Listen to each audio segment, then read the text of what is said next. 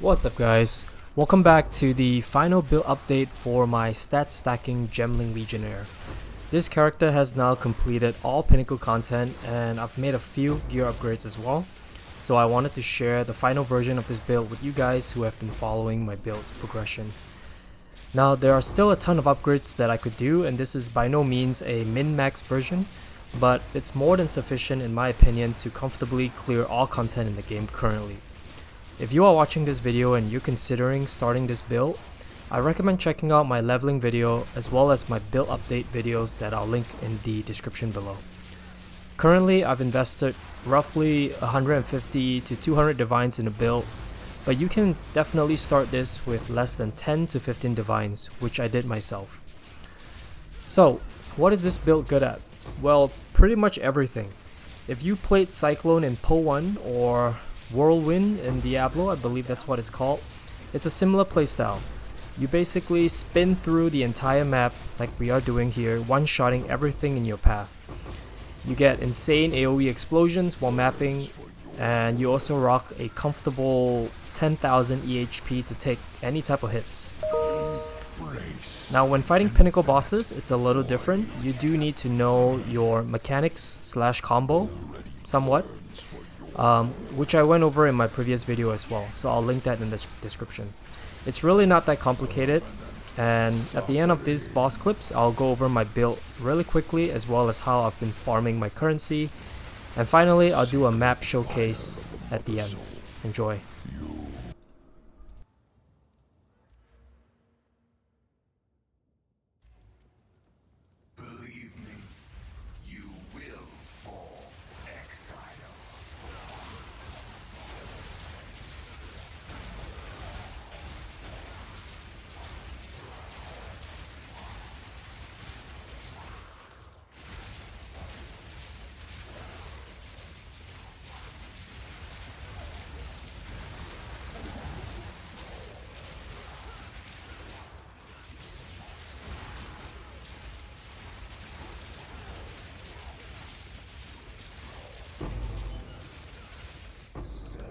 Alright, jumping right into the build guide. So starting with our gear, I was able to find an Ingenuity.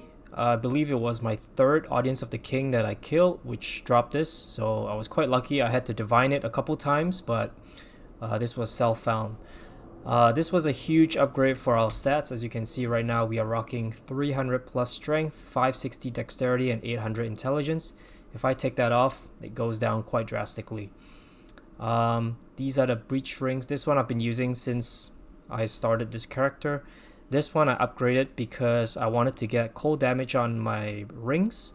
This allowed me to then drop Essence of the Mountain, which I was anointing initially because I needed cold damage to freeze. So getting cold damage to attacks on my ring allowed me to swap Essence of the Mountain with Spaghettification, which is probably the best node that you can anoint. Gives you 7% attributes, and then with Against the Darkness it gives me 4% as well. So I'm getting 4% here, here, here, and here. So this is a very nice place to put in Against the Darkness. I also replaced my helm. I got one with 26 to Spirit. This is because we replaced our chest piece as well. So now we have increased attributes and all LE res. This was a 30 divines I bought this for, but basically this allows us to get a helm with spirit and also cap our resistances by removing the red belt that I was using initially. So I'm at 75, 75, 79 right now. This is the same. Boots is the same as well. So basically, I had to upgrade my chest piece before I could put on Ingenuity because I was relying on resistances on my belt. So you need to cap it with this chest piece before you can replace that.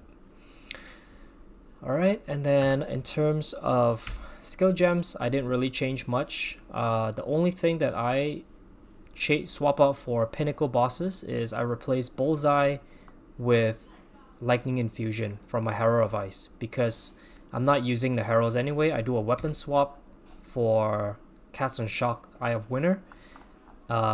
So that's what I do. I get a ton of extra lightning damage doing this. And then for mapping, I just put in bullseye, and I run my increased attack speed Pillar of the Cage God. For bossing, I'm getting 30 extra penetration. And everything else is the same, I believe. Yep.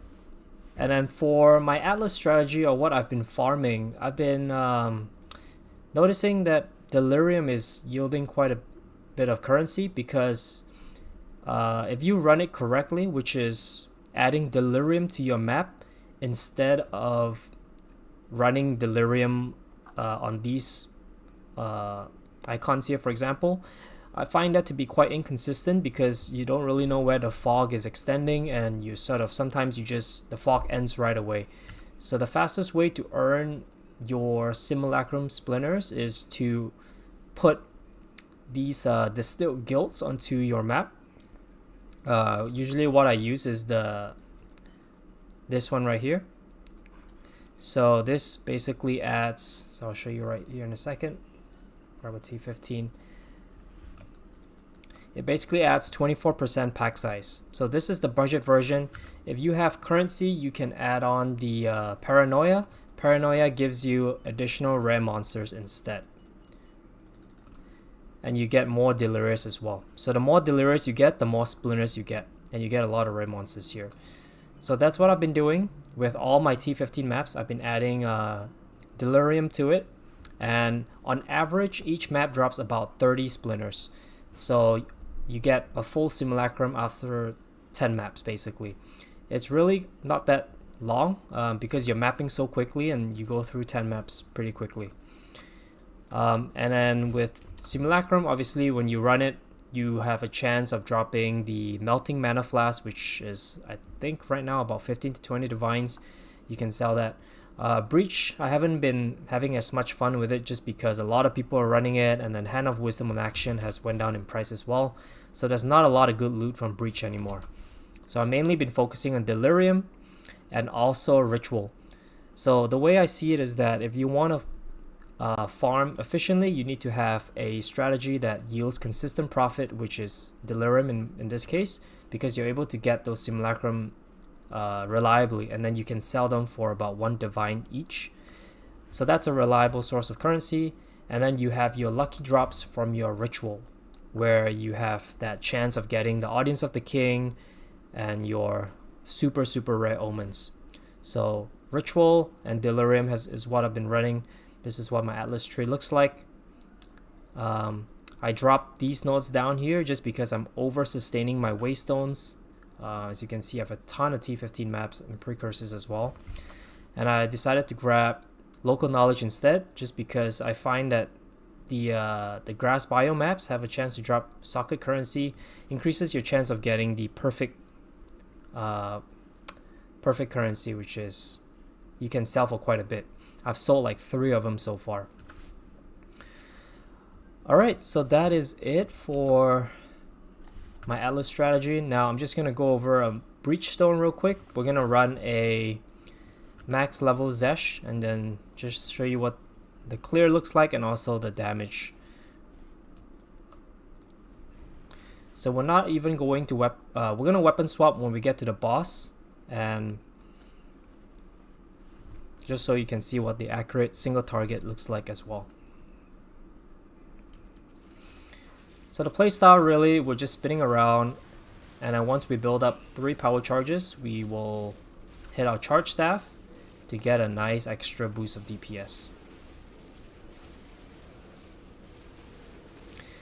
And then for bosses, I went over this in my previous video, but I've made some changes there as well.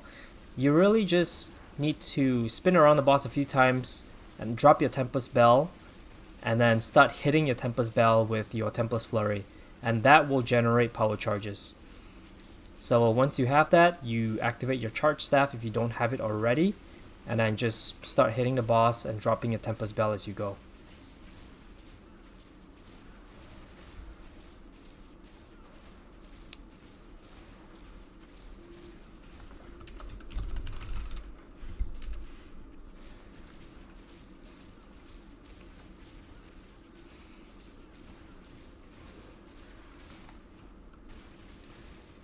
So yeah, as you can see, the damage is obviously not an issue, and that's why I chose to opt for more dexterity.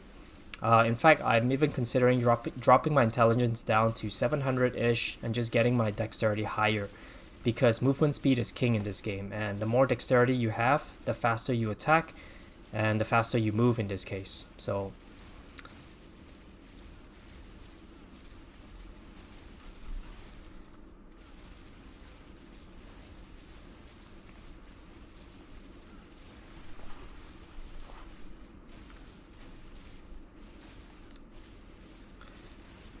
and a lot of people were asking if this build is going to get nerfed.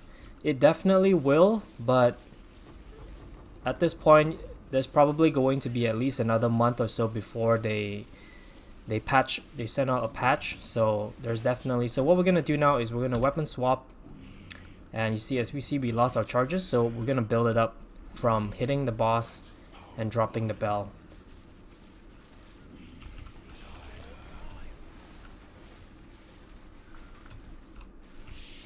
And then once you drop the bell, you just go to town. And we didn't get the loot, so, and that's it. That's how the build plays. It's really a very powerful build, and as I mentioned, it will get nerfed, but there's definitely a while to go before that happens.